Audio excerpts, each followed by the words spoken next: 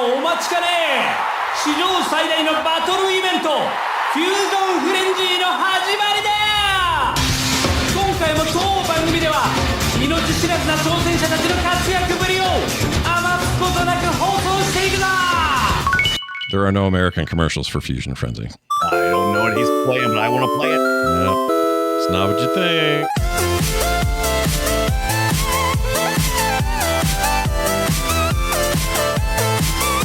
Hello, everybody. Hello, nerdbody. Hello, everybody. Hello, and welcome to Play Retro. I am one of your hosts, Scott Johnson, and look, there's nothing better than sitting around the TV on the carpet playing 4-player PvP minigames with Bill Gates. He keeps cheating, but he has money, so I let him.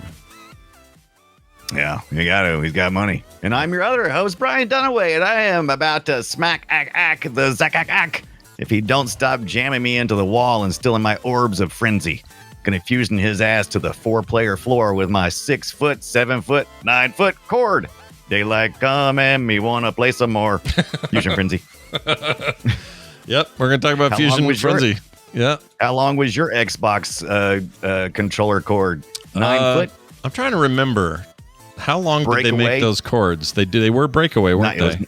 Weren't they? They were, according to one of the videos I watched on my Fuzion Frenzy. On the demo disc, it said that they did a 9-foot breakaway cord. That's right. That's how long it was. Breakaway. Yeah, I remember it being pretty long and being really happy about that because the PlayStation 2 controllers in particular were pretty short. They were long, but yeah, they were longish, but they weren't 9 foot. The worst was I think was GameCube controller cords were pretty damn short. They were not great. Yeah, they were too short. Yeah. I did appreciate Microsoft going, "Ooh, you're going to trip over these in the living room. We're going to make them break away." Yeah, break away. Yeah, that was they had selling points like we're the adult console. We're the cheer. We know you're going to be drunk, at 2 a.m. and trip over that cord, so we're going to have it break away. Almost a guarantee. Anyway, we're going to talk all about it. You're like, wait a minute, Fuzion Frenzy, that's not that old. Yeah, it is. 2001, baby. Old. Yeah. Old. That's 24 years, people. That's how old the Xbox is now. My son 24 years. Was like 6 months old when that game came out. He is now crazy. 24 and a half years old right now. That is crazy. Yeah. And if you look back, people go, yeah, but it's not that old. Then you go, in 2001, when the Xbox was released, 24 years before that was 1977 when the Atari 2600 came out. That's right. Think that was old then? That's right. This was about, 10 months before, or no, not quite that, but 9/11 hadn't even happened. That's how old this is. Yeah. It's old. Oh. Yeah. Oh. Fuzion Frenzy. Fuzion Frenzy. Fuzion Frenzy. No, it should have been, November? Was it November? Okay, then it would have been a month after. Right. I think that's right. Yeah. Okay. I thought it was earlier in the year. I thought it was like May very or fresh, something. Right? Yeah. I thought it was like May or June. I think it's end of the year. Oh, okay. In time for holiday season, right? Because it launched when the box launched, right? It was a launch title in the States. It was a launch. Actually, it was a title that was remember this, there was a few weeks before they even started, there were very strict restrictions on when you could put the Xboxes out, even though some of the retail stores already had them, especially for pre-orders. Yeah. There was not that restriction on some of the games. So some of these stores were putting out the Fuzion Frenzy and a couple other launch titles. Yeah, they were. I remember calling somewhere and asking if I could get something early. What was it though? It wasn't that though. Something. So I wanted something early. Oh no, I know what it was. I was trying to get a hold of Soul Calibur 2 before the Dreamcast. Oh. That's what it was. Because they got them early and they weren't supposed to open them, and they had a whole box in the back of the software, etc. And I was like, come on, you guys. I mean, what am I going to do? I'm going to play it on the thing when I get it anyway. Let me have my copy now. I was worried they were going to run out. And I think that guy ended up doing it. He ended up giving me one, I think. Yeah, why not? Yeah. I got to read the book. Yeah, I want to read the manual. I want to understand why a staff is cooler than nunchucks, all that. Yeah. Anyway, we'll get to it in a minute. But before we do, I would like to make a formal apology to the universe for taking too long to get something that I should have had the day it came out. Not just because it's awesome in its own right, but because it turns out it may be the coolest thing you could give in a modern day to your retro gaming friends. And that game is UFO 50. Now, here's the thing. The guy who did Spelunky, this is him and a team. 50 separate games inside of this collection. They are all kind of... It's the name UFO 50, right? Well, sort of. The 50 part, yes. But the rest of it, there's actually a bit of a story going on here about some of them, like this Baruda game, which is the first game you unlock. Right. It looks... There's a sequel to it later. And they're all fake. None of these existed back in the day. They even say dates. It's like, oh, this came out in 1983. No, it didn't. It doesn't exist. This is all made up for a modern thing. But it's got this fake kind of meta story behind everything, which is pretty great. But here's what's amazing about it. Every one of these games is good in its own right. Like, there's going to be some genres you're going to be like, oh, I don't really like a tower defense style game, or I don't like, whatever thing you don't like. But these games are all separate, different, some inspired by existing things, some of them doing like crazy, like modern ideas, but in a retro package. All of them look like they're released on the NES, and they're all good. Like, I'm blown away by it. This is easily one of the coolest things I've ever played. It's so good. So get it, Brian. I've yet to pick it up. I really want to play it. And it's very appropriate for this week's Fuzion Frenzy coverage, because this is like a bunch of mini games inspired by other games, just like Fuzion Frenzy was inspired by a lot of things, including arcade games. They're more complete games, not really mini games, but your point is a good point. Yeah. Yeah. But you progress through, because you got to complete one game to get to the next game, or is it? No, you can play them in any order you want, any way you want. They do there is a way in the game there's this thing called it's called the something garden. And when you unlock or when you beat a game or do whatever the unlocks are, you can add stuff. It basically gives you something to add to that garden. So if you're a completionist, you might fill that garden up with all your trophies or however the hell. I haven't done one yet, so I don't know. But it's something like that. But they all are essentially standalone video games, like you would buy them on a cartridge. They're represented by a little tiny cartridge. You launch it. They're all very different from each other. They don't lead to one another at all. You can play them in any order you want. In fact, they let you list it alphabetically. You can play one at random. It tells you which ones are more thinky, which ones are more arcadey. Like, you have more of a thinky thing. They even call it that. It's like thinky something. They even give it that name. It's weird, but it's cool, man. Just a very cool, trippy collection. I can't believe it exists, to be honest. It's so well done that you just $24 and it's just the best $24 you'll ever spend. It's really, really great. Well, so, I'm in. Yeah, go get it, Brian. Get it now. Get it today. Look at this little ninja guy running around doing ninja shit. See this guy? Look at him. Doing the ninja shit. Look at him. Yeah. I bet you can't hear it, but if he was saying something, it would be this. Because he's a ninja. Because he's a ninja and doesn't say anything. What'd you get up to this week? Anything fun in the retro ways of life? Absolutely. So, I had to. So the thing is, we had to pop out the Xbox, right? Because I have Fuzion Frenzy. So occasionally, I don't have to do any type of emulation. I can play the real deal. So this week, I was very excited to get out my original Xbox. As you can tell, the logo is backwards, not my camera. And I don't know why the person who painted this did that. I don't know if it was to be cool in counterculture or if he just effed up. Anyway, that's not the point. The point is, I got a chance to break out my Duke controller. Ooh, the Duke and the Duke. You got the Duke and the Duke too, don't you? I had the Duke, and this is the Duchess. So on the left-hand side over here is the big black Duke. And then you see smaller little S-type controller. And this is a reproduction. This is not a real Duke. This is the Hyperkin's Dutch S. Get it? Because this is the Duke, and this is the Dutch S, because that's the S-type controller. I kind of hate that. Scott, it's lame. Yeah. I kind of hate it too. You know what else I hate too? I hate trying to figure out if it's fact or fiction on the idea of, I was like, oh, it's the S-type controller. What does the S stand for? I was looking this week because I was like, oh, what does that mean? The S is for small. That's what the internet says. I'm like, really? Here. Is that what it meant? It meant it was small? Small. And part of that, yeah. At first I was like, fact or fiction? I'm not sure. And then also they said, oh, they did it because they launched it first in Japan, the smaller controller, because the Japanese did not like the big American Duke. Yeah. Yeah.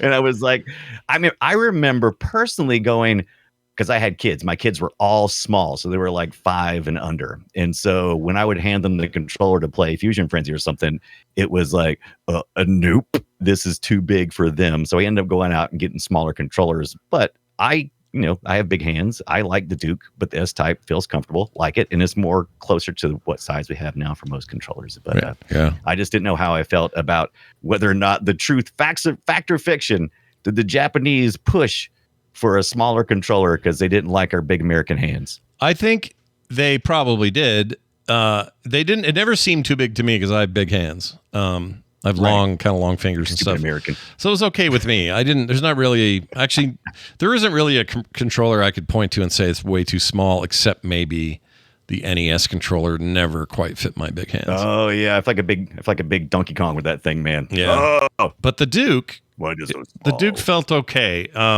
My bigger problem with the Duke is I had a lot of buttons that aren't there anymore. Like, what were all those extra damn buttons on that thing? Like, look at the... Oh, yeah. So we didn't talk about... That's a good question. So we weren't... I guess Microsoft, this is their launch of their new console. They weren't really sure. There's actually a back button. So instead of using the B button for going back, there's a button dedicated to that where you would usually see like a select button and a start button. That's stupid. And then they had the white and black buttons, which are kind of like a controller shift kind of functionality or whatever the developer decided to program it. Yeah. And I always thought that big giant middle thing on the Duke, I always thought that was like a button or something when I first got it. It's like, is this a Pop-O-Matic bubble? What is this? It sure is taking a lot of real estate. Oh, yeah. You expect a little piece of dice in there. Just hit that and watch the dice go. That'd be cool. No, I think it was all just for looks. They were trying to be cool. It just all for looks. It was cool, though. Yeah. I mean, it's like I said, it's totally fine for what it was when it was. But I'm glad it's been refined because I really like what it is now. The newer controllers are great. Big fan. Yeah. I like this type controller now. It grew on me or shrunk on me. Yeah. However you want to see it. Yeah. Nice. Well done. You also ordered 13 issues of PC Gaming Magazine for like $2.69 an issue. How'd you do that? How'd you manage that? Dude, so I was like, I started looking at the official Xbox magazine because I was looking for reviews, and I was like, oh shoot, I got into a rabbit hole of, how I played Fuzion Frenzy for the first time. I think was on a demo disc, and those used to always come with demo disc. Loved them, and then I was like, well, who made the official Xbox Gaming Magazine? Was it somebody with Microsoft? No, it was the people who brought us PC Gamer. And I was like, oh, so maybe what if I wanted some magazines now? Because a lot of people are hitting me up this week with the link I sent you to the Museum of Magazine. What's it called? Hold on. Magazines. I wish it was. It's called the Vintage Video Game Magazines. Oh, nope. It's called Video Game History Foundation. And they have it. It's embedded within archive.com or archive.org. So it must be tied to that somehow, right? Are they working together? So there's a huge push for archiving all these great old magazines, and so I was like, well, are there any magazines really being published today that if I wanted to subscribe, and surely it would be $1 million, right? Because if you go pick up a magazine at a Walgreens, Publix, any grocery store, $10 a pop. Mm-hmm. Most of the time they're like collectible magazines almost at this point, not something you read on the monthly.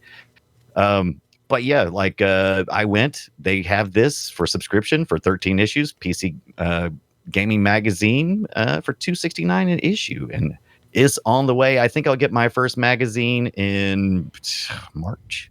Oh wow, that's awesome! Patience, congratulations! Getting back to the paper, baby. Woo! Getting back to the paper just because I'm curious. I'm sure I'm gonna hate it.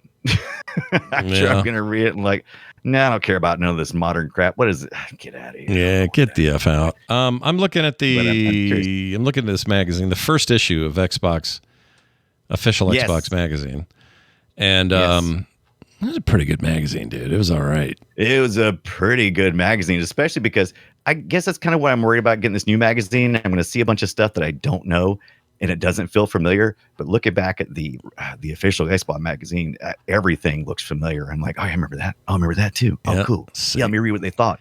And it's hilarious because because now you know the rest of the story. Yeah. Because if you read a review now, you have to go, oh, I guess this guy's right. Or wrong. Yeah. I don't know. But when you go back and read an old magazine, you go, that dude was wrong. Yeah. Yeah. I know the rest of the story. Yeah. I'm kind of excited to dig back through these because I don't know. This is not one I had. I didn't mess with this particular magazine. I had the most, it was mostly, to me, it felt too biased when these like there'd be PlayStation magazine or PSX magazine and then this Nintendo Power. Like, they're cool, but I always felt like, well, yeah, I mean, you're just kind of feeding your own horse there.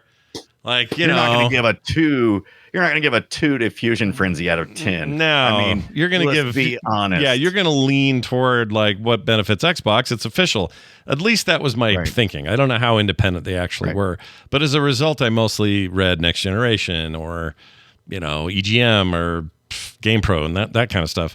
So a lot of this will be fun to go back through because I never saw them before. Go read them. Yeah, like PC Gamer had a pretty a pretty, what's the word I'm looking for, balanced take typically. I'm not saying they couldn't be bought. I don't know all the history of it. I just know when I read PC Magazine, I didn't get the impression that I was getting duped. But I did feel like like you said, possibility, the official Xbox magazine. I did some more reading. Looks like it was just ordained by Xbox and going, hey, we're going to send you the information first. Right. If we have stuff, that's kind of the deal. That they were supposed to have, like my understanding is they're supposed to have editorial teams that were not beholden entirely to the company. So if Microsoft made a game, it was a Microsoft published game, and then they reviewed it, let's say Halo or something, or Fuzion Frenzy is a good example. They were supposed to be independent thinkers. Yeah. I just don't know if they ever ran into this problem where it's like, Bill, can you come in the office for a second? We're going to need to tone down the rhetoric on this Halo review. You know what I mean? Oh, dude. I like independence. We got to move some units. I like independence in my coverage. So that's all it is. This thing right here, by the way, look at this weird controller you could buy. Look at that thing. So man, in the first couple of magazines, my favorite part was all the third party that Microsoft said, yeah, go ahead and make a controller. And people made all kinds of weird shit. And that looks like a butterfly. I love that thing. Oh, yeah, right? It's I mean, that thing is like I don't even know what to call it. It's pretty jacked. But then they have some others that look a little bit closer to what the original was. This one's pretty cool. It was called the Vortex controller. Look at this thing. So if you're at home, you're not going to be able to see these, but go look these up if you get a minute because stuff's pretty crazy. Look at that thing. That was the Gamester. So these guys were doing a lot, and you can pick these up on eBay for actually pretty inexpensive. Not sure you can get the Vortex controller, but a lot of the other controllers, especially like the steering wheel controller, this thing is a big, beefy looking, it's crazy looking silver spaceship looking thing. Yep. Looks like the buttons are almost like falling off the sides of the controller. I'm gonna guess these were all kind of bad if I had to guess. Like, absolutely. Yeah, we weren't good at third-party controllers yet.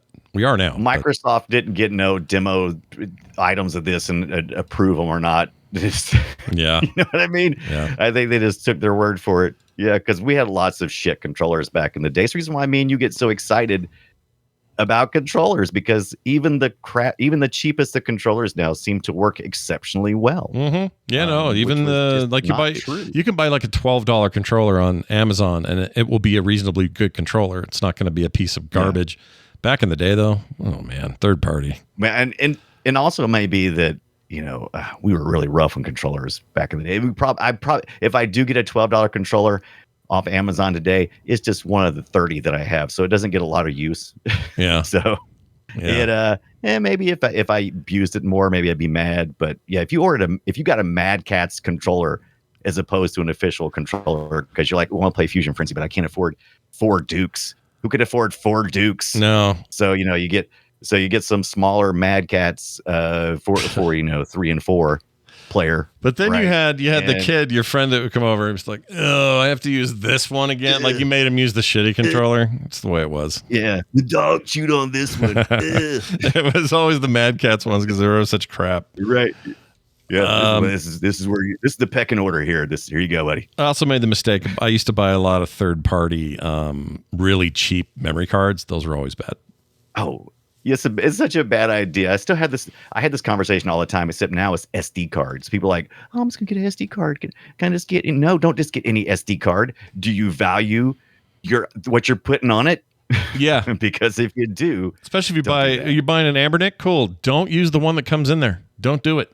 No, it's shit. It's a piece of shit. That thing's like a potato chip. It's not going to hold that data very long. They've gotten better. They've heard the Ambernick has listened. I will give them that. The first Ambernick I ordered, really cheap, black branded, nothing on it, and it did not last long. And the most recent one I got was a branded one, and it was not really a brand I was familiar with, but it seems to do okay. Speed seems all right. It recognizes every time I plug it in.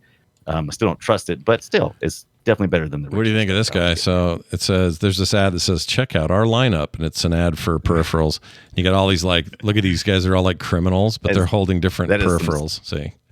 Yeah, that is that company. That's the Gamer Tech or whoever it was, because that you recognize that I sent you an image of one of the controllers they had, and it kind of like has like two triggers, like gun triggers in the handle. But there's that looking steering wheel thing in there as well. Yeah, this guy looks like, what's his name from GTA 5? Trevor, whatever it is. Travis. Anyway, yeah, these guys. Mad Magazine vibe to the art big style. time. I kind of like it. Yeah, big time. Might be actually. I don't know who that might be. Yeah. I love this stuff though. He's like, is he holding a taco? Is that even a controller? I don't know what he's doing. It's Taco Tuesday, and they got their picture taken. Okay. Hold it upside down. One other thing I'd like to share. Sometimes there's problematic ads in these magazines, especially the older you get, the worse the problems are. Yeah. This one. Yeah. Let's just read what it says. I don't actually know. Give me the problematic one. Oh. So here's a 50s couple. He says, so Manning's like, get in the freaking end zone. So very calmly I said, Peyton, if you want me to listen, you speak to me like a human being. Am I wrong here? He's telling his wife. It's a football game they're talking about. That's stupid. So it is, but it's funny because they're making fun of the over-the-top 50s ads with their over-the-top 90s sensibility, which seems even over the top. Boy, that is some Xeroxed humor. It's like copy of a copy of a copy. Yeah, it's pretty bad. Oh, one more thing. This is wild. So a lot of times these new consoles will launch with other promotions with other companies, right? Like, oh, Coke is doing a thing for World of Warcraft or whatever happens to be. Coke is it. This, apparently Taco Bell and Xbox worked together on this launch because this 10/18/01 was the launch. The Xbox era begins at Taco Bell on 10/18/01. What does that mean? What did I do at Taco Bell that day?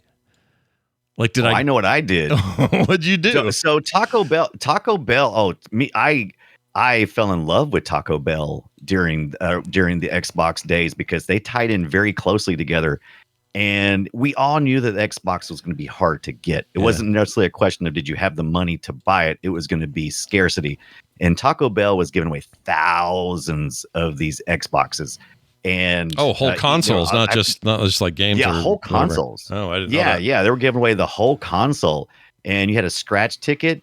You could be an instant winner, or you could take the code and send it in or something. But man, we were eating at Taco Bell all the freaking time, just hoping that we could get dreaming Xboxes in our eyes. That's all we could see. And that was an amazing time for me. And so many times I thought I was getting close. You know what I mean? It's kind of like when you ever played the Monopoly game at McDonald's.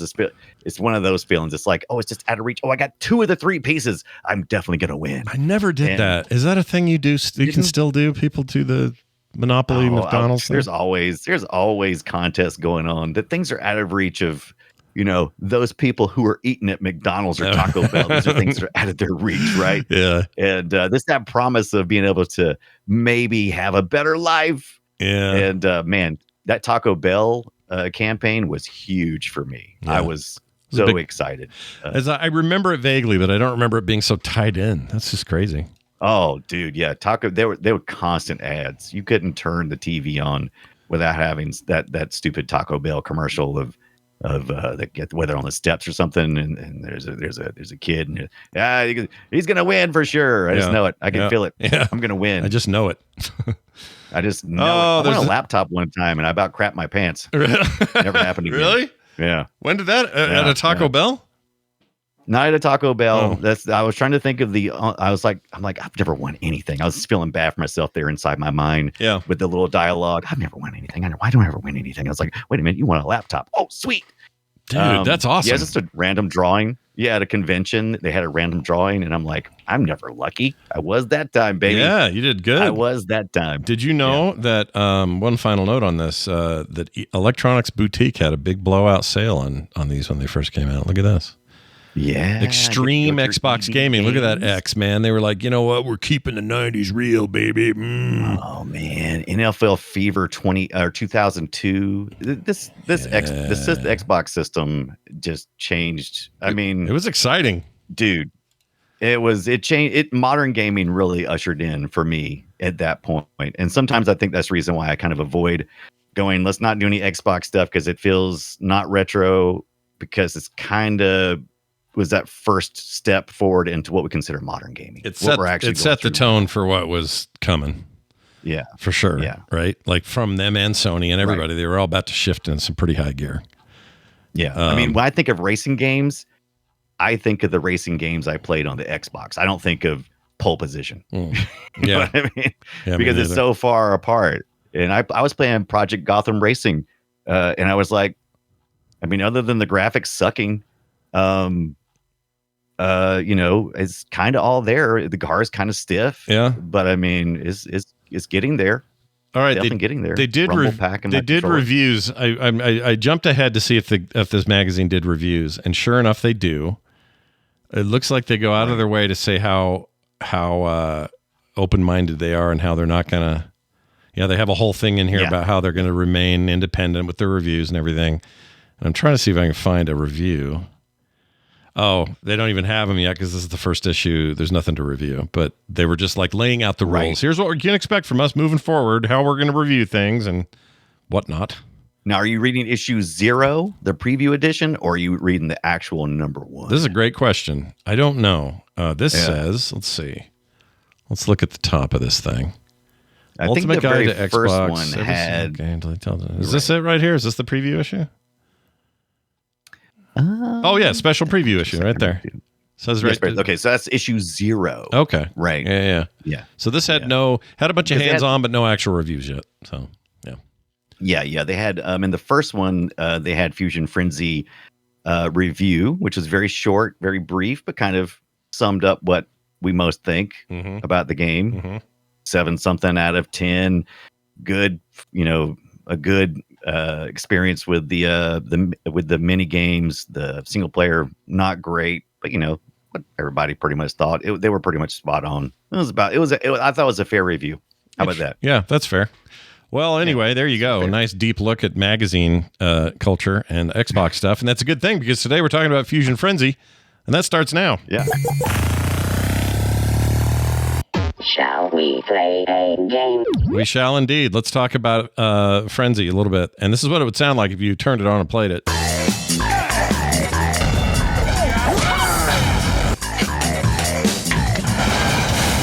Oh, just surround yourself with the sounds of crashing, exploding, and running around yelling. That's the game. It is mini games. It's basically their answer in a lot of ways to Mario Party. Mario Party, very popular series. But it was, competitive, fun, got you and your friends at each other's throat around a couch. What else can you ask for? I think there was even a multiplayer aspect, right? You play it on live if you had live, but that may have been later. Well, can't remember. So that you're thinking of. So we're going to review Fuzion Frenzy, and we're going to touch on just very briefly Fuzion Frenzy 2 for the 360. And you would be forgiven thinking that confusing the two because there's not a lot of new things in 360, but the online play is one of the things. No, this is Fuzion Frenzy 2001. Most people were still on dial-up and not broadband. I know you might have been on broadband, but still most of the country was still on dial-up. Who was? I don't know anybody who was, and if they were, they're jerks. I was on ISDN. Oh, that's close as you get back then, yeah.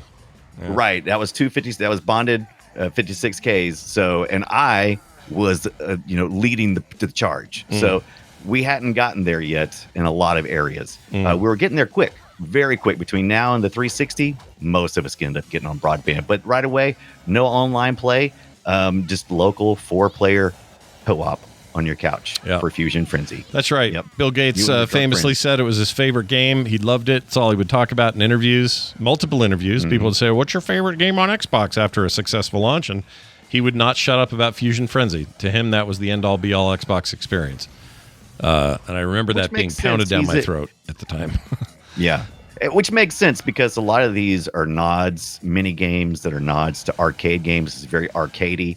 If you liked stuff like Tron, the light bikes and stuff in the Tron arcade, or if you like Sprint, overhead, like little racetrack kind of games, or if you like Marble Madness, I know Scott does. I do love me some Marble Madness. Yeah.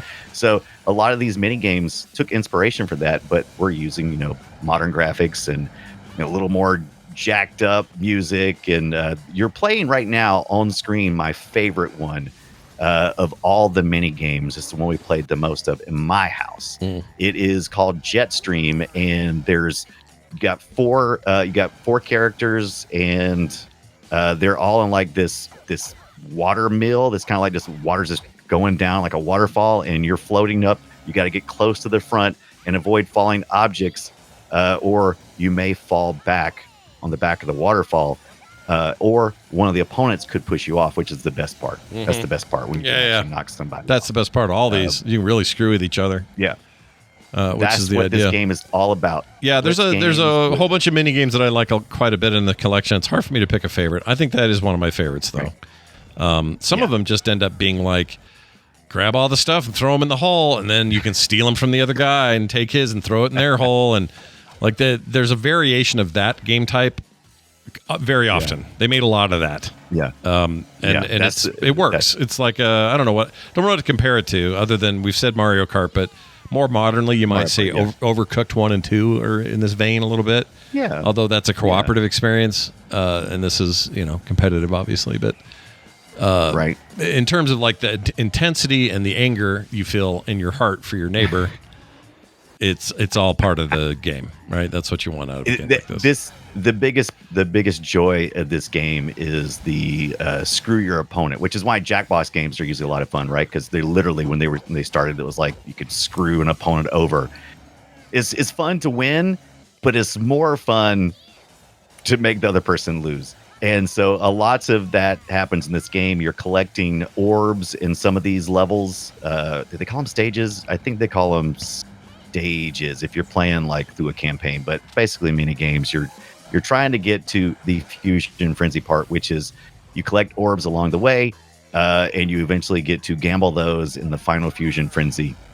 And then you win, you take everything, you become, you're Samson, you win, or you're Jet, who's always my favorite to play. There's 6 characters you can play as in this game. Yeah.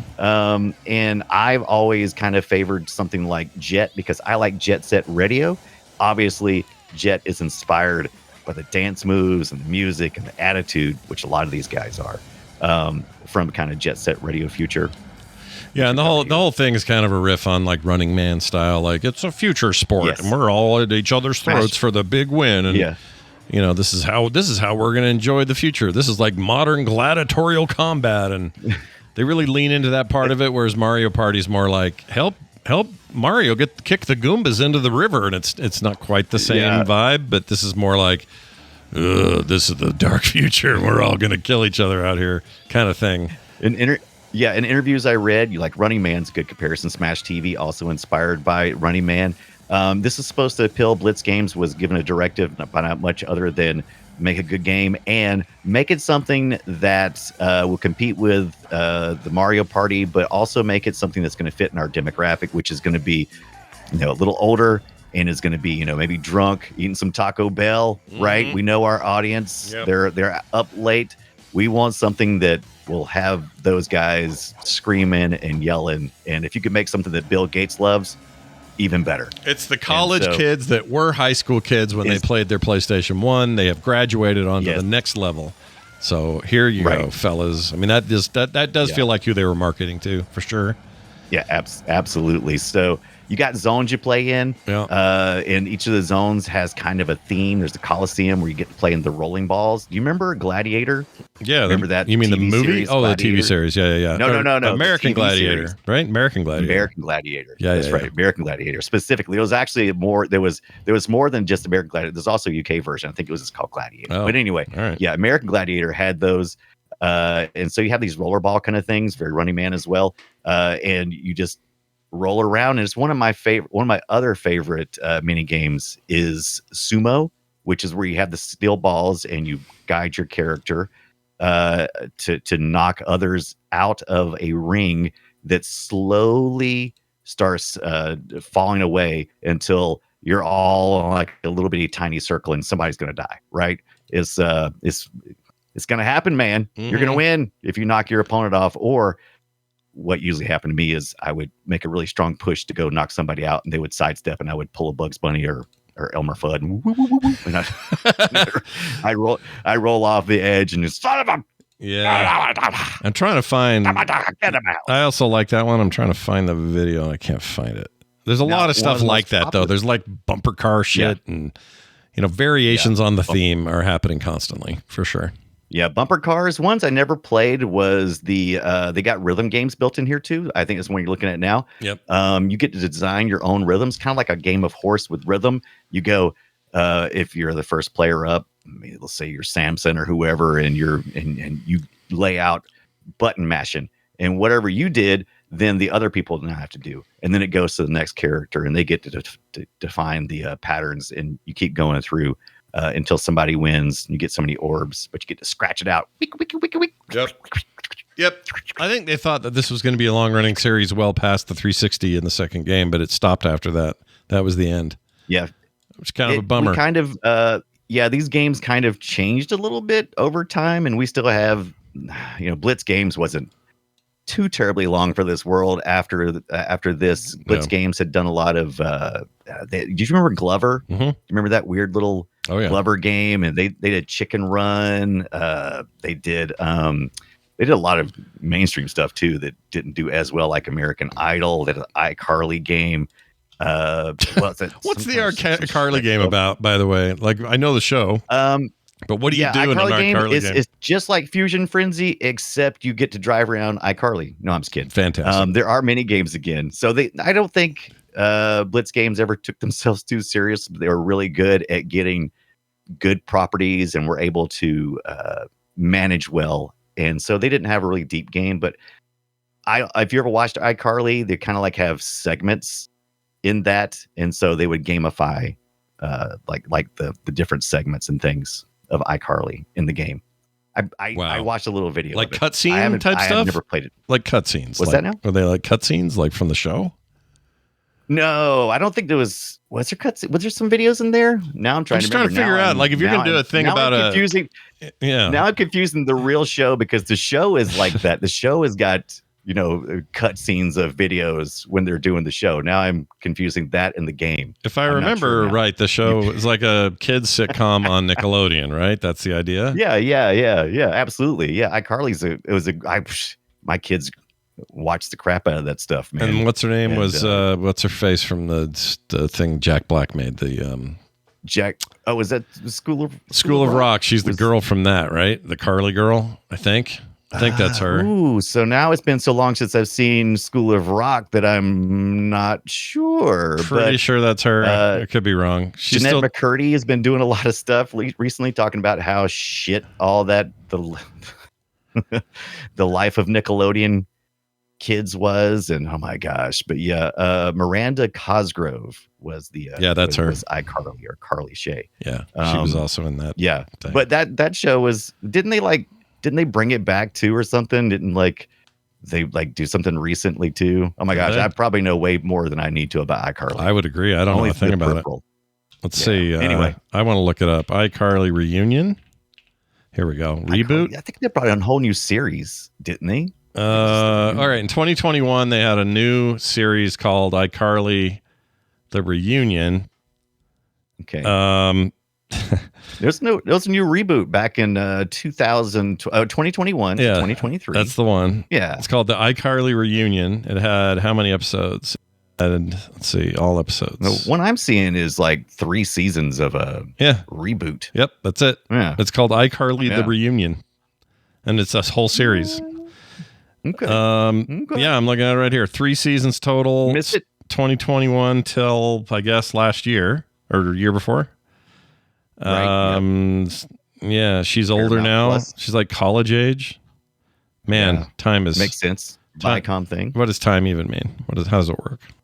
Time means nothing unless you're playing Twisted System in Fuzion Frenzy, right? Yeah. So Twisted System was a favorite of a few of my friends, and I thought it was okay. You're basically all running up this corkscrew, and you've got to jump or duck. I'm not a big fan of jump duck. mechanics. Jump Duck's a great but name it's for a fake game. Like UFO 50, the next UFO 50 game should have Right. something called Jump Duck. Yeah. I'd play And that. my God, I get so frustrated because I get confusion, and that's the point, right? Yeah. You're supposed to be, I'm gonna jump, no, I'm gonna duck, Yeah. I'm gonna jump, Yeah. and I was bad about that. But Twisted System's a real popular one. Roller Ruckus was another one. It's like Marble Madness and Sprint. Yeah, tied that one's all right. one. That one's all right. Right. It's frustrating. All right. It's a little bit frustrating. They try to make all the games work with D-pad as well as they do analog stick, and I think that's a mixed bag. Yeah. As far as how they feel or whatever, but Yeah. they I kind of like those. I kind of like those rolling around because it kind of reminds me of how I felt about the first Mario Kart. I really felt like the kart was a little too stiff, and I didn't feel like I could make the turns that I needed. And you like, especially on was Mario Kart the first one? So this is how confused I'm getting now. Mario Kart. When was the first Rainbow Road? well, Was that in the first one? Super NES, yeah, I they had think one. that was later, right? No, they had one in the first game. Every one? Mario I Kart always had died that one. every Mario Kart game had a Rainbow Road. Obviously, they were more transparent and better looking. That's what I used later. to think but about. That's what I used to think about Friday the 13th until I found out Jason wasn't in the first one. he's definitely not in the first one. Yeah, Right.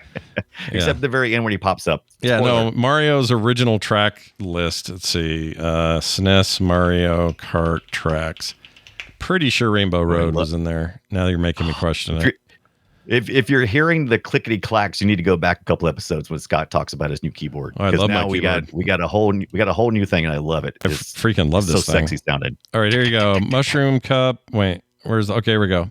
Mario Right. Circuit 1, Donut Circuit, Ghost Valley, Browser Castle, Mario Circuit 2. Then if you do the Flower Cup, you end on 3, 4. Special Cup includes Rainbow Road. Okay, so it was there from the beginning. I just felt I had this fear that I was misremembering it. All right, so yeah, but I kind of felt like that, like I was going to fall off. Yeah, which is Also the a great idea. nod in the movie. Yeah, which is a great, that's what you want to feel like in Fuzion Frenzy, like there's stakes. And I wish, I kind of, the only thing I really wish the game would have done is really leaned into, it's more of an adult console, and maybe this was a stone's throw too far for them, but have it so people are getting ground up and chopped up and like exploded and like really, really go for that part of it, like the Running Man part where people die. That could have been more of a sort of an edgy experience, but as it stands, it's fine. Yeah, and they gave some nods. They knew where their audience was. These kids were still like were kids that grew up with Nickelodeon and ooze and gross stuff. So all the bug smashing games, I wasn't a fan of the bug smashing I don't like that levels one. where you'd It's have a not big good. hammer and you have to smash the bugs or before they get to your area of collection. I also didn't care for the fireworks ones where you had to like go grab like explosives and go load them up in your canisters, because even on freaking easy, the CPUs are just freaking evil, because most of my Fuzion Frenzy time was played alone. The best times were with friends, but most times it was me playing against a CPU, and they just jerks, man. You're trying to focus in on what you need to collect next, and the CPU character, Zach and Ack comes up and punches you, and he grabs your like no way, because you get stun locked for a second or two, and it's they know It's Blitz cheaty. Games knew it's like It's cheaty. not only will we lose your component that you're trying to collect, we're also Right. going to stun lock you, so you have to sit there and toss about your 8-foot cable on your controller like it's one of those exercise things with the rope. But I mean, the game is meant for multiplayer. If you don't play it that way, you're playing Right. it wrong. I mean, we had to play it however we had to play it this week, and I played it alone too. Yeah. But there was always this feeling as I was playing, as like, this would be, it'd be great, like 3 other people right now.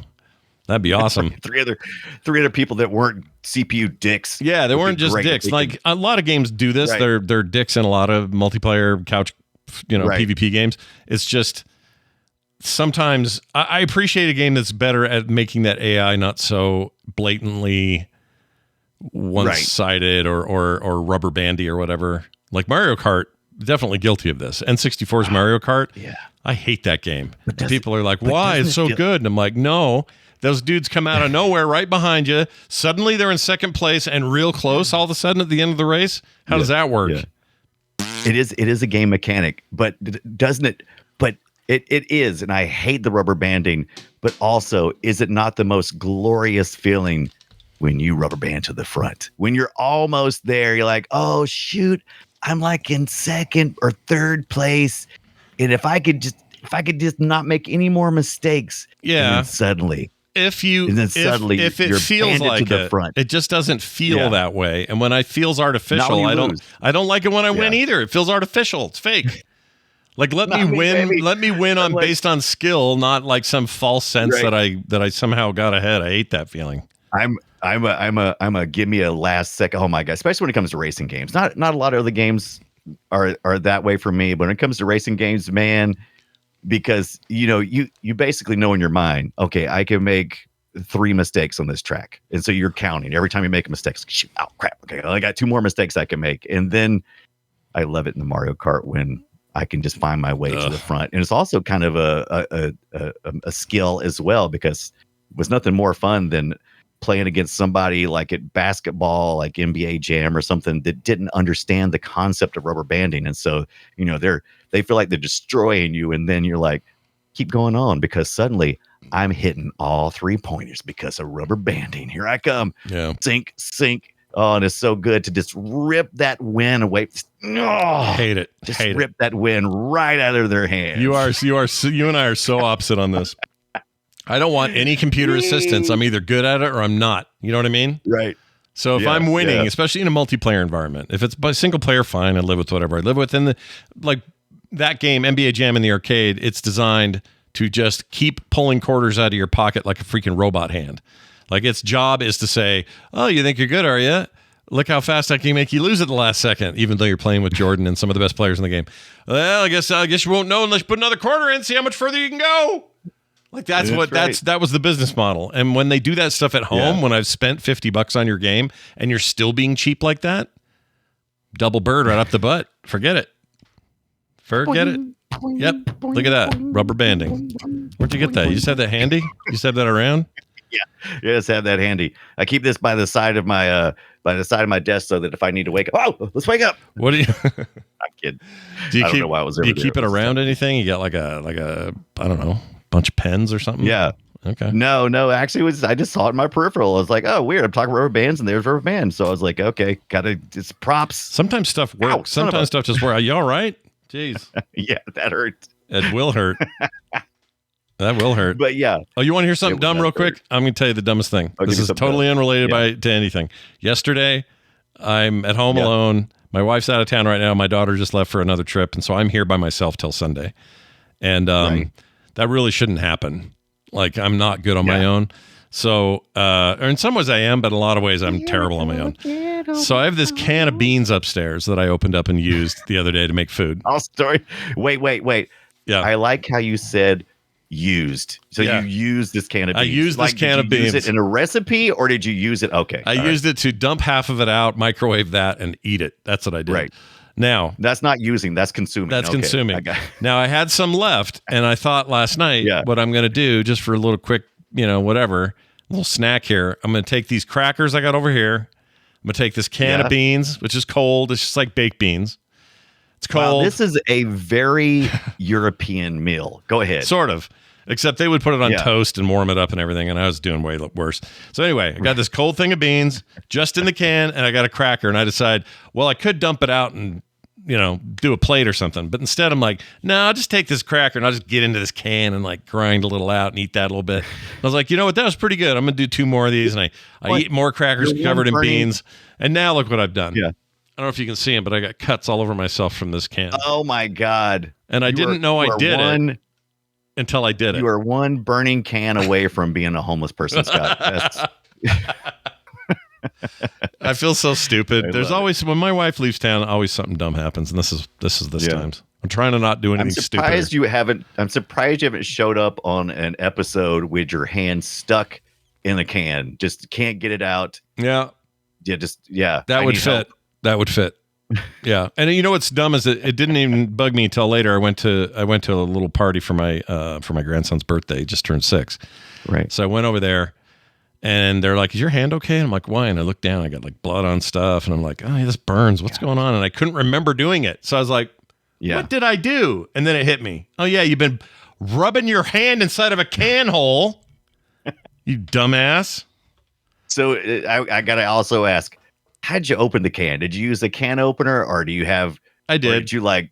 I used a can Okay, opener. so you didn't got a knife or something and open it like a can. No, and it's a proper cranky turn one. It's not like an electric one. I don't use those. Okay. And that was all fine. That all came off fine. It's just putting your hand in there and forgetting that outer ring has all these edges on it and it's super thin, so you're not going to feel it right away. I can't. There's a couple of things I do. All right. First of all, I never use a metal spoon to scrape anything out of a can. That is the most foul thing you can do. Why? Because of the sound or what? What is it? The sound, and I start tasting metal on the spoon. No way. I don't know what's going on there, but it's just the worst thing. So I always use like a rubber spatula. I never stick my hand in the can. That is insane. No, I know. Well, it's because it was down low, and I was trying to get past the opening. And I thought, well, my hands are small enough. They make bowls for that. I'm just saying, you don't have to. I know. In retrospect, I do it all over differently. But right now, I'm covered in. It looks like I got attacked by something or punched something. You totally really do. Yeah. Your hands look like my hand used to look when I used to work on. When I used to build computers, because there's nothing sharper than inside of an aluminum based computer case. Yep, the cases, the bits down on the end there where you got to put the cards in, and those things are just like blades, or they used to be. They're a little better now, but yeah. That's why I don't do that stuff anymore either. I don't want to cut myself, but I'll go ahead and put my hand in a bean can, probably with bean juice. I'm probably going to get some kind of meningitis bean infection, a beanfection. That should be the beanfection. Yeah, that should be that needs to be the next Fuzion Frenzy game. Dude, I would welcome Microsoft putting another Fuzion Frenzy out, like actually just really going for it and making like an inexpensive digital download. Here's a new Fuzion Frenzy game. I would buy it in a heartbeat. So the good news is every console that Xbox has released since the first Xbox with Fuzion Frenzy has had the availability to purchase Fuzion Frenzy. So you can even buy Fuzion Frenzy today. Yeah, backwards compatibility. They made a lot of promises for that, and Fuzion Frenzy is one of the few. No online gameplay, so I thought maybe like they'd have some kind of, Proton kind of, couch co-op, but remote kind of play, because, it's not super intense. The graphics are really, it's pretty basic. Characters are really small. Surely wouldn't be too much trouble. But no, you don't get it. No you online. Get the Fuzion Frenzy like it was made. Yeah, they've been very good about that. Of all the console manufacturers and backwards compatibility issues, Microsoft has easily been the most reliable in terms of making stuff work in perpetuity. I have tons of old games that work just fine on a Series X, and in some cases PC, because I can download it there too, because it knows I own it. I really appreciate that, because no one else is really doing that very well. Sony's got a little of that here and there, but they made the PS3 notoriously horrible at backwards compatibility. So they're hoping the streaming and it's world reason for that too, because they did different Linux versions. I mean, like the underlying components. Windows has always been like, hey, we're heading in this direction. The Xbox is called the Xbox because it made use of the DirectX technology. So they've always been unified in creating that environment. So it's easy to make that backwards compatibility. That it's baked into what they have, and Sony's always been all over the place with theirs. Yeah. I wish they'd do that better. Nintendo just put stuff behind vaults. They could do it more. They just get stingy, and then they're like, well, we'll put it out on this little service, and then when this console goes away, we'll have to reboot another service. You'll have to pay for it again. As I get older, as much as Nintendo annoys me with the things that they do, as a consumer, they annoy me. But as someone who looks at it and goes, wow, Nintendo is literally fighting against conglomerates. I mean, Sony is huge. Sony doesn't have to, they don't have to. Microsoft don't have to, but they're in it, right? Yeah. Nintendo has to. That's all they got. Well, it's true. That's the thing they got. This is their job. Right. Yeah. This is their job. They got one job. They still could be better about preservation and about availability. They could do better.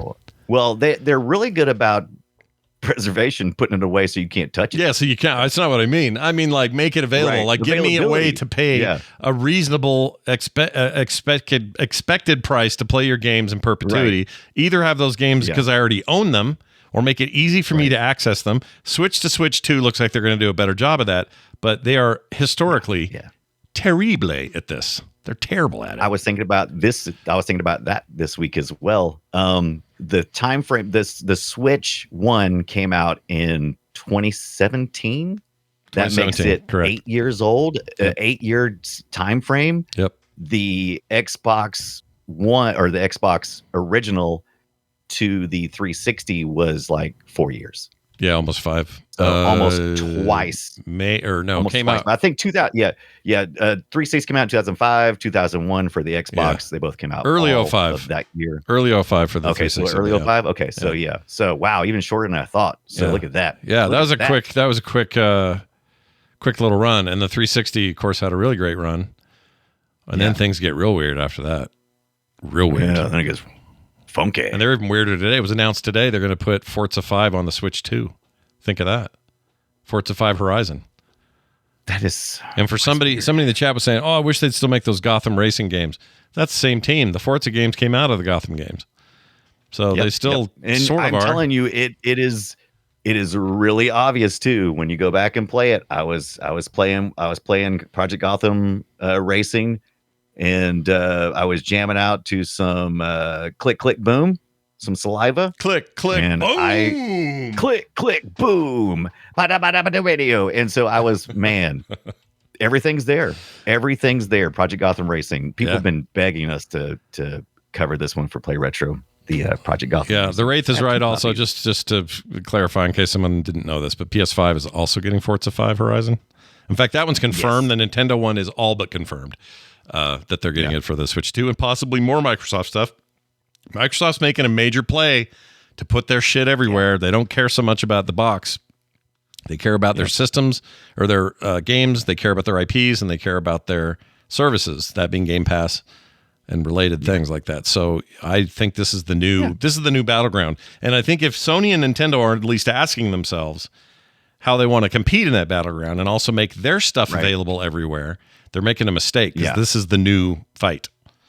I don't even think it's Microsoft's to win. I'm just saying they at least understand where we're going. So y'all better get on it. And it's not baked into the culture. Microsoft has always asked, does it make sense to make another console? Every time they've asked that. And Nintendo never asked that question because Nintendo knows that they want to be the distributor because they know that is where their real money is at. They're in a different business almost, you know? Yeah. They're in a whole different world. They don't have to think the same way these other two do. Nope. But I do think Sony needs to decide what the hell they're going to do. That's all I'm saying. They're having a great run. PS5 selling extremely well continually. It is now just behind PS2 in terms of total sales. That's I just don't great. know. It's just, I don't know what the future is. The future's weird. I always feel like Sony just falls bass backwards into to continuing. It seems like no matter it just never seems like they make the decisions. It just seems like things just happen to them. They make very good games, and they have a very good vibe that people like. Yeah, and their hardware is really nice. So I think that they just keep doing what works for them. I just don't know that will forever work. At some point, that falls apart. Yeah, I'm waiting for Player 4 to come in eventually, but I don't know how you'd ever do it because it's a hard sell to think. These people want boxes in their house. Take Amazon's, was it Luna thing? Their gaming service and Netflix's service. Yeah. I have no interest. As a gamer, I have zero interest, but I don't know how profitable it is. I could be like, if you ask me, are cell phones the most profitable gaming platform? The answer is yes. They are by a long shot. But when I'm as a gamer, I don't think of the phone. I don't think, how am I going to satisfy my game? No one does. That's the problem. It's not the problem, but when Microsoft did the deal with Activision Blizzard and bought all that stuff for $68 billion or whatever the hell they paid, everybody's going, they bought Blizzard, they bought Bethesda, they bought all these expensive things. Call of Duty, holy shit! That's not where the real money is. The money was in the King acquisition. No one ever thinks about King, but King was part of that deal, and King makes the most revenue of any of those other things. Yeah. Now, we don't think about it because we're all just like gamers who love the core stuff, right? We're into it.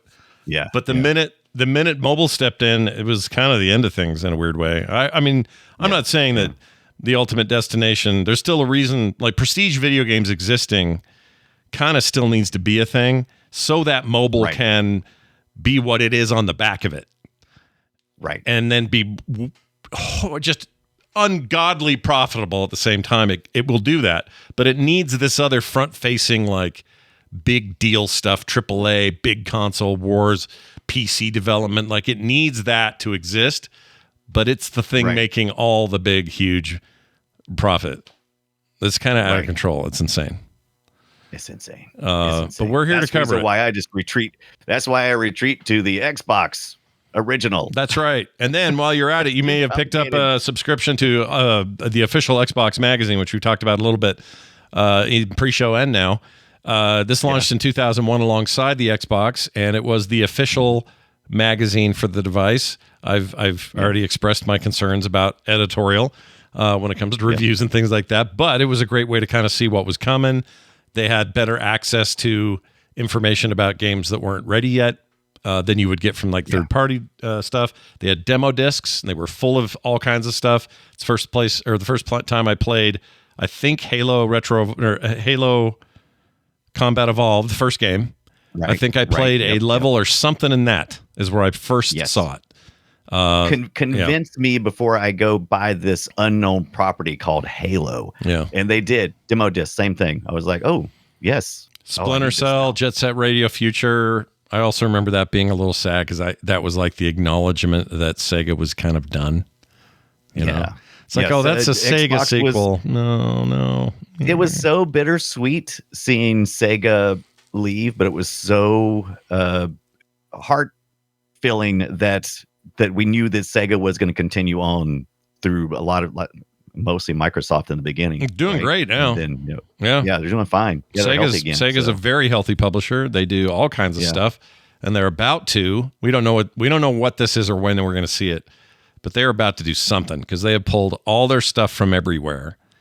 And I think they're about to launch. They're going to launch a big service. I'm telling you, they're doing it. Yeah, we all assume it's going to be a service. I mean, that makes the most sense. It's where they'll make it. You know, they're probably looking at Nintendo Online, pretty profitable. We talk about that Nintendo isn't always the greatest steward of making things available for retro stuff, but they do an okay job, especially in Nintendo Online, the NES, SNES, the N64. I wish there was more, but.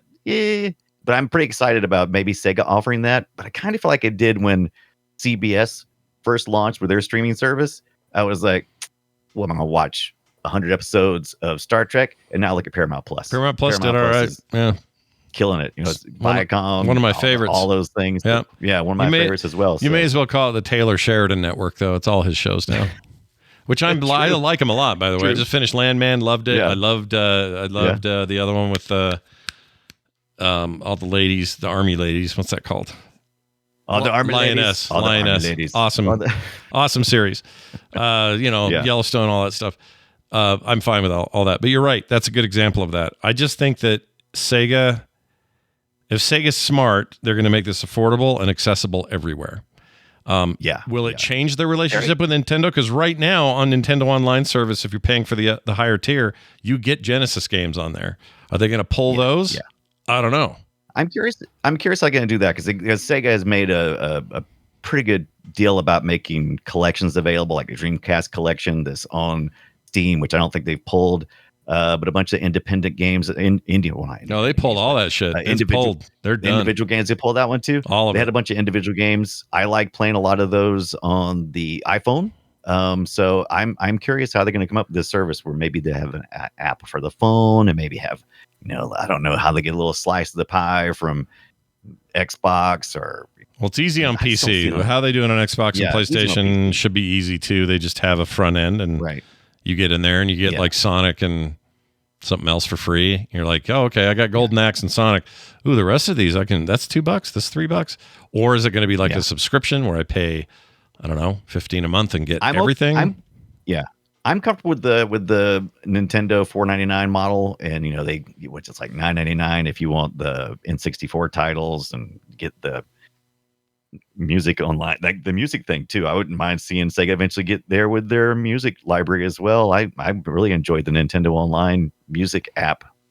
Yeah, all that stuff. It's weird because that genie's out of the bottle, though, right? Because I can hop onto YouTube like right now and have access to all of that stuff without having to lift a finger. Like all of it's there. Oh, I know, but it's the experience. It's like when I'm feeling, nostalgia for a particular thing. Like when I was doing the Donkey Kong Country episode, and I was just like, I didn't run to YouTube and type in Donkey Kong Country OST because that was probably uploaded by some goober. But the Nintendo's got its nice little icons and everything, and I feel like I'm in the house. I feel like I'm in the house of the Kong. Yeah, House of the Kong, baby. It feels good. The House of the Kong. House of the Monkey. Feels good. Yeah. I'm excited about the Switch 2 kind of looking like maybe that they're putting Donkey Kong in the forefront of that push, like the launch. What do you mean? That I'm kind of excited about. What do you mean? Just the stuff I've seen from the artwork and the kind of the some of the. Well, all I've seen is they redid his face a little bit for the for the Mario Kart they showed, but I think that's just right. I don't know if that means he's the forefront of anything. I think it's just like they're changing. I don't know either. Yeah. All the marketing I've been receiving, besides this is what it's going to look like, and I'm like, well, that doesn't look any different. I'm worried about those controllers popping up. I'm worried about those nunchucks falling off. Yeah. Is that going to? Do they call them nunchucks? What are those called? They call the stupid Joy-Cons. Joy-Cons.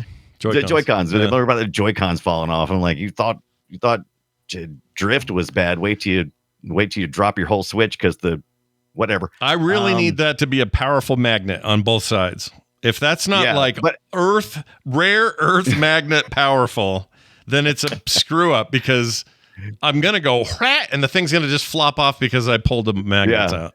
Yeah, and is it gonna pinch my skin? I'm always getting magnet pinches. Yeah, Ow! Yeah, probably. You get a little blue paint on your skin. Who knows?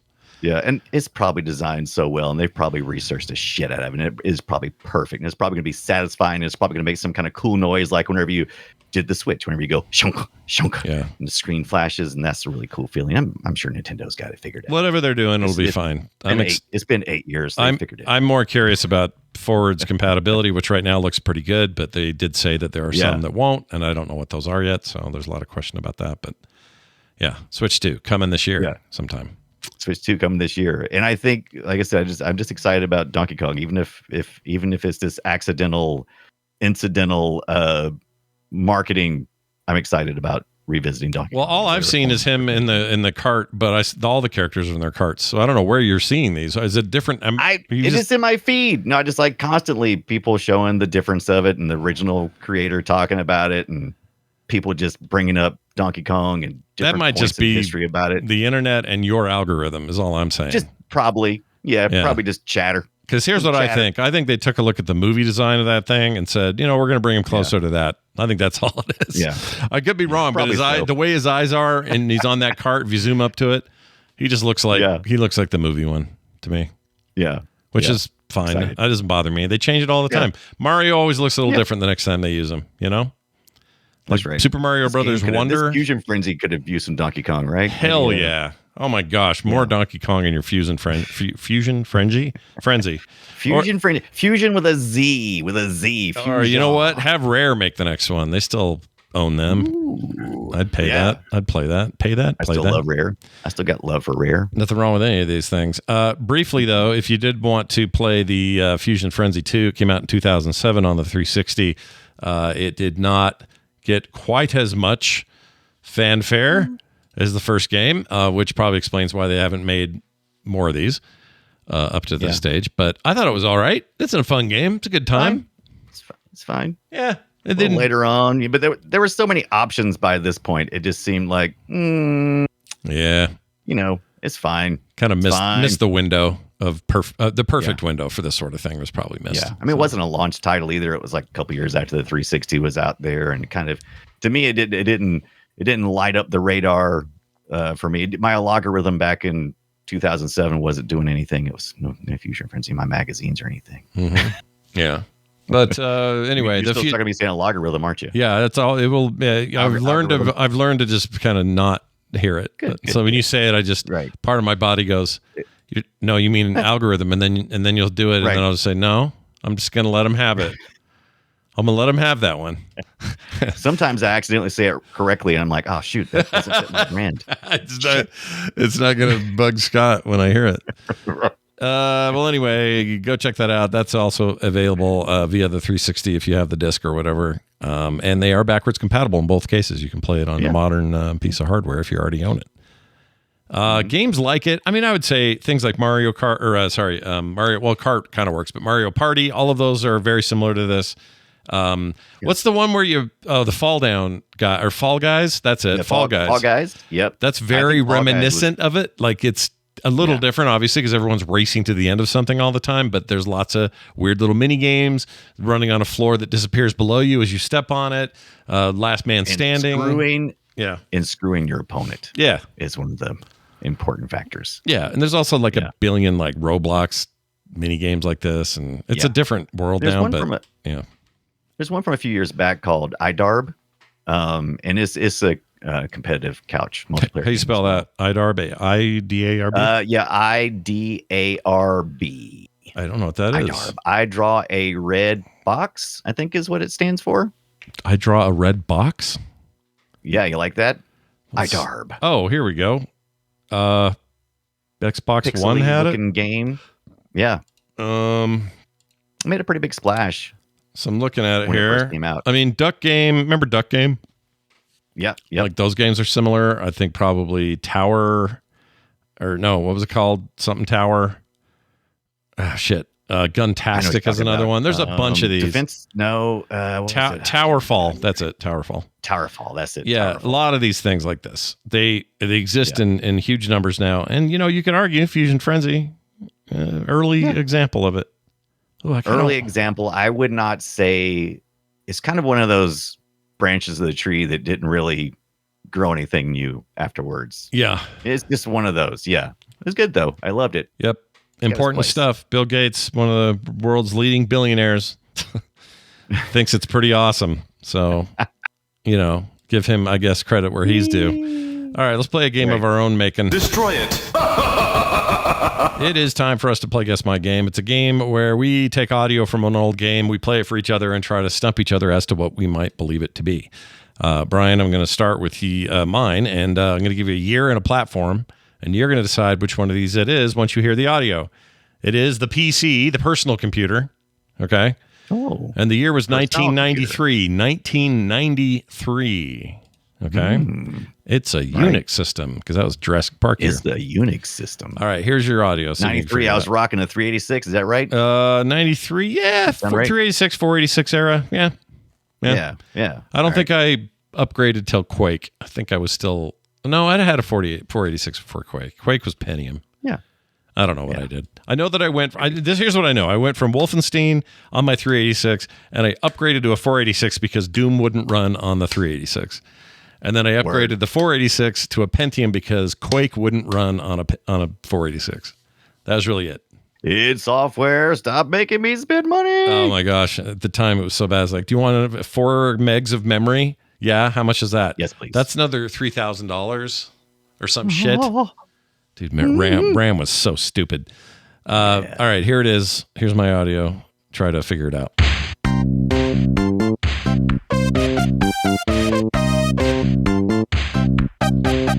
I like it. Okay, here's some actual gameplay.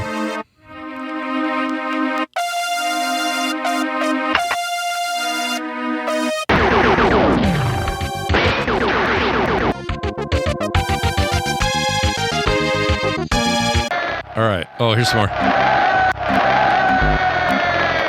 little crowd noise. All right. I love all of this. This is amazing. Okay, here are your options. Is it A, Anno 2220? I'm sorry, Anno 2201? Was it B, SimAnt? Was it C, SimCity 3000? Or is it D, SimCity 2000?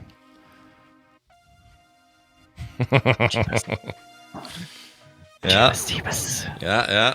I'm gonna go with Shoplifter. Choplifter, Scott, you say? Choplifter? Just kidding. It's not one of your options, unfortunately. Shoplifter 3. Okay. Pixel Rage says lift chopper. That's a nice change. I like that. Lift chopper. Yeah. Let's see. A no. 2201. Sim Ant. I don't even know what the crap Sim Ant is. You don't remember Sim Ant? Oh, so good. It was basically ants. You simulated an ant farm, an ant colony. It was great. Okay, interesting. 2000 or 3000. I'm going to go, Scott, with give me the D because I don't know. I'm going to give you the D. You say SimCity 2000, you say. Let's find out if that's correct. No, give me the C. Give me a D. Give me a D. C or D? Which one do you want? C? Give me the D. All right, here comes the D. You got it. Well done. SimCity 2000 is the correct answer. It had a weird shooting segment that I'd forgotten about, which is what you heard in that clip. Yeah, I didn't. I wasn't sure. I didn't feel like it was a none, and I don't know. Yeah, your heart told you what to say, and you did it. And I'm proud of you. Nice job. I think I heard a little character in the background going. I think it's just, if you listen really close, it was in there. Little character down there. The plumbing's broken. What happened to the plumbing? All right, let's do yours. You're so far ahead here. Tell me my platform. Tell me my year. Oh, mine was the previous year of 1992, and I was on the Sega Genesis. All right, my favorite console.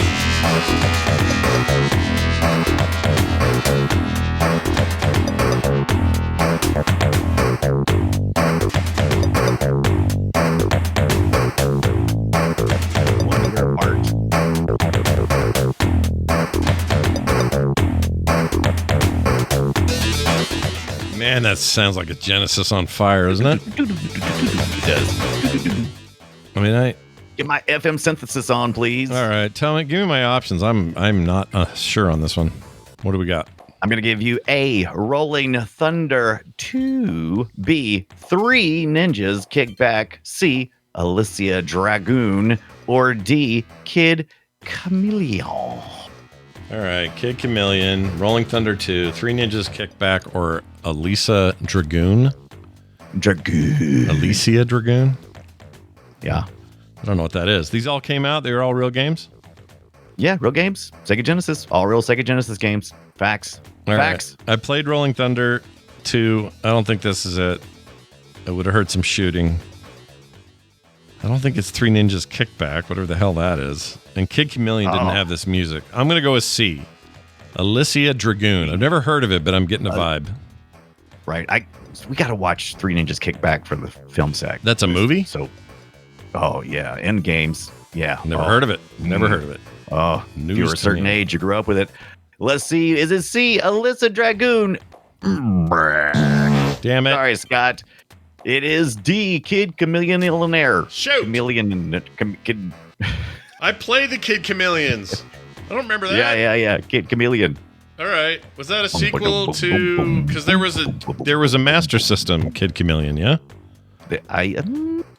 Or is there not? I can't remember, dude. That's a good question. Let's look it up. It feels like, I think you're thinking of something else. Nope, you're right. 92, only on the Genesis, nothing other. This was the first time and last time. Was there a sequel? I don't think so. Let's see. Sonic Ultimate Genesis Collection. It's also part of Sega's Forever Service in 2017. I thought I played this. What am I thinking of? What's the other one that Sega had with a kid in it? Yeah, with a double D. Kid. With a double D. Yeah, what was that? Alex Kidd, that's it. Alex Kidd, he's the other kid. That's it. That's what I'm thinking of. Kid Chameleon. What is this horse shit? Chameleon. Look at this stupid art. Look at this. Look at him. Ooh, I'm on a skateboard. I love the cover art. It looks like a bunch of He-Man characters in the background. Yeah, right? Big time, dude. Big time. This looks like the cover. This looks like the cover of my book. Where is it? This. Yeah. Kid Chameleon. Let me hold this up. This is Turmoil in the Toolbox by Phil Phillips. And it's full of this is just like Satanic Panic 101 book. It's great. I love it so much. I love it. Oh, I need to read that. That's great. Check this out. Because these toys, they're talking about My Little Pony. Because these toys are based on mythological creatures, they are a cult. Mythology is the contradiction to God's word. This is not the only problem. with this series. Unicorns are also a symbol of the New Age movement, which also is in direct contradiction to Scripture. New Agers consider the unicorn a symbol of innocence and gentleness, personified by the conquering child Horus. The Egyptian solar hero is said to have conquered through gentility. The New Age, also known for the Golden Age, referred to as an age of Aquarius and the age of Horus. Thus, in reality, the unicorn is a symbol of the future conqueror who will bring peace to the earth and destroy us all. I'm not connecting dots that don't exist. Excuse me. Connect. Yep. Connect 4. That guy wins his Connect 4 game. Right. Was that no? So is that book you're referring to? Is that book deconstructing what was going on, or is that book literally what you just described? It is what I just described. Criticism? It is okay. It is saying that all of the things our kids are watching, playing with, and doing are satanic. Right. You should see what they say about He-Man in here. Right. And my favorite part is this whoever owned this book, Susan Hayes is her name. She highlights stuff that really jumped out at her. Oh my gosh. And they're the best parts because it's like you can see her brain working like let me give you one of these here. If I can find it. Right here. So she highlighted this cute and innocent. What is this? Something about toys. Okay, it says, they are pink, some are blue, and others are purple. They have rainbow hair. They look like Raggedy Ann dolls. They are soft and cuddly. They are fuzzy and cute, but not necessarily innocent. And then she starts to highlight. Many of these toys / dolls, even the ones that tug on our heartstrings, as being so adorable, portray occult symbology. Ooh! Oh, it's going to kill us all. She was definitely taking that to the board. I can find one more. To the school board. I'd like to read you just a segment from... Let's see. Is this a comic book? Okay. I find all that so fascinating because a lot of people see that as a moment in time, and I see it as just a skip in the record that keeps repeating over and over again. I know, because we never learn shit from anything in this world, I swear. No. Mostly in this country. Love it. Here's a great one. They talk about Man-E Faces from He-Man. Remember Man-E Faces? I love Man-E Faces. What is he supposed to be, Satan? It says, human, robot, and monster. The ultimate in occult imagery. Beast Man, a savage henchman. He is half man, half beast. Therefore, a tool of the devil. Merman, ocean warlord. He is half man and half reptile. This is unnatural, it says. This is unnatural? I love this book because it's so freaking dumb. Yeah, it is. I love it. You should hear him go off. You should hear him go off on Smurfs. Fan fiction for life. Oh yeah, right. 100%. All it does is just people being freaked out about stuff they don't get or understand. That's all it is. That's all it is. Well, Kid Icarus and Kid Chameleon and Alex Kid, thanks for all your kids. Let's get to back here where we welcome something to retro, everybody. A Sound of Thunder for the Game Boy Advance 2004. Yes, that's right. That game is now 20 plus years old. It was developed by Mobius Entertainment and published by BAM Entertainment. It was released in Europe in February of the year 2004 before arriving in North America on the February 1st, 2005, hence its 20-year anniversary. The story is based loosely on both the original short by Ray Bradbury and the same name and follows more closely the plot of the 2005 film. I don't remember this at all. I didn't either. And the thing that caught my eye about it was that it was a story by Ray Bradbury. And now I kind of want to see where the story is related to the game. Yeah, I can't wait. Well, I can't wait to look into this a little bit more because I ordered a Epilogue Game Boy operator, which I'll talk about next week a little bit. Epilogue. Allows me to pull those. Yeah, it allows me to pull my saves and things off carts, and it's I can't wait to get back into my Game Boy Advancing. This thing's got pretty good run animation on this character in this. Yeah, it's not bad, man. Look at him moving a little box. I gotta move this box. Look how bored this box is getting moved. Look at that. Looks sci-fi. It sure does. All right. Yeah. Well, that's it for that. Congratulations and welcome to Retro. We're going to give some listener feedback, or you're going to give it to us. Welcome to the treasure room. We got a text here. 801-471-0462 is the number to use. And Adam Beardsley. Yeah, Beardsley. Beardsley.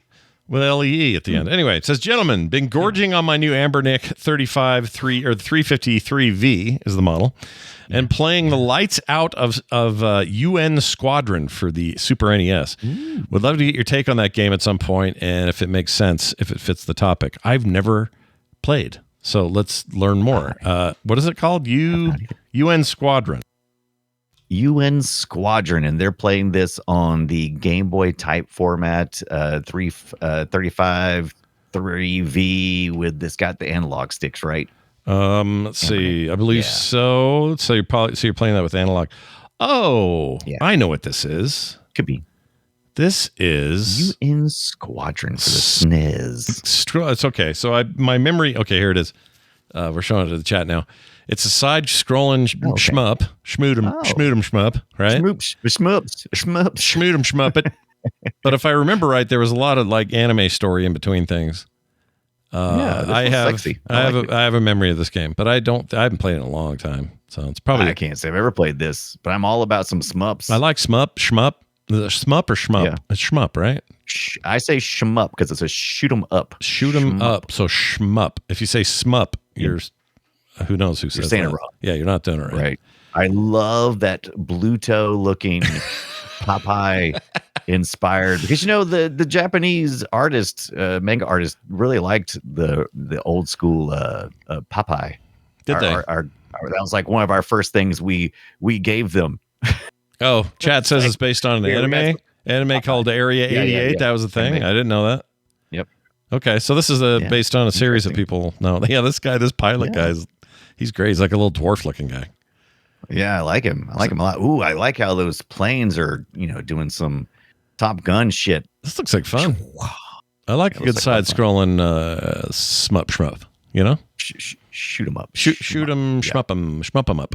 Schmoody, schmuppy, schmoop. Right, schmuppy. Yeah, that's right, schmuppy. Anyway, check it out. If you want to send us in a thing or a thought or whatever, 801-471-0462 or playretroshow@gmail.com. Our next game is going to be Konami. No, Capcom. It's the wrong one. Why didn't it play? Where'd my Capcom intro go? I thought No, that's Atari. No. Konami. This is Ken. No, that's Ken Griffey Jr. Hold on. This level now. That's Saturn. I can't find it, but anyway, Capcom's Dino Crisis. That's right, Dino Crisis. Did you play this back in the day? Was this the thing that you did? So I played a little Dino Crisis back in the day, and this has been one that was requested several times. Good Old Games just this past week. They've been working on preservation for a long time, but they finally got Dino Crisis 1 and 2, so you can pick up the bundle for about $16 or $17. And they're working towards preservation of these games. And I believe this bundle allows you to play it on your modern PC, Windows 10, 11. So I'm pretty excited about actually diving in deep. I've only played a little bit of Dino Crisis, but a lot of people suggest that I play it. And it's like the cousin of Resident Evil in a weird way. Right. There's a lot of similar like camera switchy stuff going on. It was originally a PlayStation 1 game, and you killed a bunch of dinosaurs. It's how could you not be on board for dinosaurs? And it was a whole crisis of them. Like I think there's a whole crisis thing going on. So I mean, there were only 2 of these, I think, right? Dino Crisis 1 and 2. 1 and 2 that I'm familiar with. I don't think there was ever a third. Yeah. I wonder if there was any time crisis involved with this as well, or is it just the No, that was Namco. You just have like they wouldn't hang out. Yeah, just a singular level of fighting. Yeah, I mean, not that I wouldn't mind if Capcom and Namco were better friends and crossed over more often. Right. But yeah, no connection. Right. Yeah, Dino Crisis is basically dinosaurs and Jill Valentine style character from RE, although she's not her, but someone like that. Oh yeah, shooting dinos. I can't wait for us to be totally wrong on everything we're assuming about this game before next week. Well, I played this game. Did you play it? Yeah, I played 1 a little bit back in the day. I don't remember a lot about it, though. I just remember it being very Resident Evil adjacent at the time. Yes, it definitely had that feel. Does it have tank controls? Maybe. Survival games usually did, but it probably did. But that's the funny thing is I've kind of blocked those tank controls. I have blocked out of my memory because I hate them so much. Right. Do you know what I mean? So like if I go back now to play Resident Evil or something, it would really throw me. I can't control like that. What am I driving a tank? Yeah. What is this? We didn't know how to make video games yet, dummies. I cannot find the Capcom sounder. It's going to piss me off. Hold on. There it is. That's what we're doing next week. Capcom's Dino Crisis. So get your PlayStation warmed up. And are you gonna play it on your PlayStation Portable or your original PlayStation? How are you gonna do it? Are you gonna play it on your Dreamcast? Maybe. I think I'm gonna play it on my Dreamcast. I'll probably just play it on this thing. Probably play it on my H. I played Resident. Did I play Resident Evil? I played Code Veronica. On the Dreamcast. Yeah. So I think it feels right for me. Do you have it on your Dreamcast? Do you have the disc? Yeah, of course I have it. Look, you really? Of course I have the disc. Oh my gosh. This is how I'll play it. Certainly would. Old school PlayStation style. Play it that way. I certainly wouldn't be using some sort of Bleem casting. No, certainly not. Certainly not. No. And I definitely won't be emulating it on the tiny little dinky Chinese device like this. Like, no. Are you kidding me? I'm definitely getting on good old games, which I've already done. Talk about your Satanic Panic. That should be in the book. Damn it, right. Well, anyway, that is all Mario is up. Satan, a little plumber guy. That's right. For sure. He's symbolism. The overalls something. The only thing worse than Mario is people who call him Mario. You're the only thing worse than he is. Mario. So stop it, Canadians. They do it. Canada's always doing it wrong. Do they really? Bo does. It drives me bananas. Really? Hey, check this out. If you want to support the show, I got a great way to do it. Sign up over at patreon.com/playretro like Dan Todd and Nicholas Carlson did. Brand new patrons. Thank you guys for being a part of the family. If you want to be like them, sign up today and get no commercials or ads of any sort and some sweet pre-show content every week. That only if you're here live do you ever get that. And even when the show ends, that live video goes away. You don't see it anymore. And then just patrons get it. They're the only ones. All right. So there's an advantage to being here live. Anybody can do that. But if you miss it live and you're a patron, even at the lowest level, you still have access to all that stuff. All right. And you get direct access to me and Scott on Patreon because I watch all the comments in the Patreon channel. Same. So when you post something in there, have questions or answers. I like the answers. Mm-hmm. I typically, engage unless you just like, you guys suck. And then, what do you do that? It can happen. Nothing. They don't say it on Patreon. It can happen. Also, if you want to follow us on Blue Sky, you can find us very easily over at Play. I want to make sure I don't tell you wrong. Hold on. Is it Play Retro Show? Shit. Sure. Oh, here it is. No, that's all wrong. Hold on. Scott, you're dumb. Play Retro Show at .bluesky.social, or just go look for Play Retro Show. You don't have to do anything fancy there. Yeah. And follow us over there too. We got all kinds of fun stuff happening and posts and things. Every time the show goes up, I get a post up there. And a quick note that I'm starting to put all this stuff up on my Substack as well. So if you're like, hey, I'm already a Substack subber person, do I get all your shows over there without any ads? Yeah, you do. You also get comics, and I'm putting videos up there and all kinds of stuff. Kind of upping my Substack game a little bit. So if you're down to clown, I've been getting I'm subscribed to your Substack, and I'm like, this dude's creating some content that I've been missing on the other social media sites. So I'm glad you're doing it in one place. Slacker, I'm lazy. Slacker ass. Yeah. It's good to get it right in my mailbox. I agree. I agree. Get it right in your face, right in your Fuzion friendly face, frenzy friendly face. Fuzion friendly. It's a different kind of game where you give each other, flowers and stuff. Yeah. Here you go. Like you do. Fuzion friendly. But anyway, it's a place to go and a place to be. And here's the other thing you need to do. While we don't talk to you for a week, I want you all to go do something, and that is to play something retro. And we'll see you next time.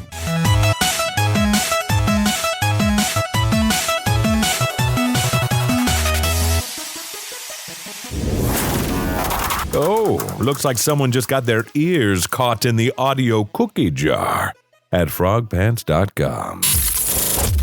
Bill Gates is a gamer.